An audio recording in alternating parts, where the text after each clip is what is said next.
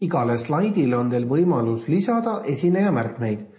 Ja selle tarvis, kui teil on nüüd Impressis ilusti see esitluse normaalvaade ees, siis siin üleval olid erinevad vaated, millest osadega me oleme tutvunud, ja siin on ka selline vaade nagu märkmed. Ehk siis klõpsate selle märkmed peale ja seejärel näidatakse teile siis aktiivset slaidi väikselt või väiksemalt ja all on näete eraldi osa siis, kus on kirjas klõpsa märkmete lisamiseks. Nüüd te klõpsate siia sisse, kui te tahate pilti suuremaks muuta, siis loomulikult te võite siit protsentuaalselt seda suurendada siit nurgast mastaabi pealt või lohistades vastavalt siis.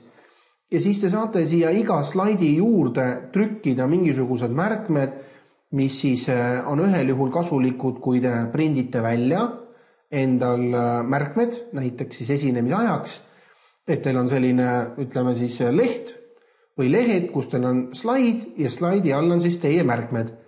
No näiteks selle jaoks, et ei unustaks mingit teemat selle slaidi juures rääkida.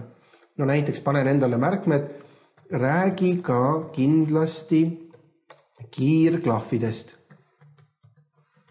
See on minu jaoks ja selleks, et kui ma nüüd esitlust teen, et ma seda ei unustaks, ma võin endale välja printida need märkmed või juhul, kui ma kasutan esineja vaadet, ehk siis 2 kuvarit, siis ma võin ka seda selliselt lihtsalt ekraani pealt maha lugeda.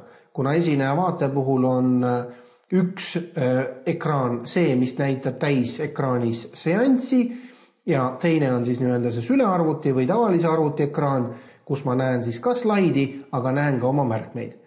Ja samamoodi siis see märkmete lisamine igale slaidile, kui te slaidi peale klõpsate, siis vastavalt on siis selles märkmed vaates on all eraldi kastikene märkmete jaoks.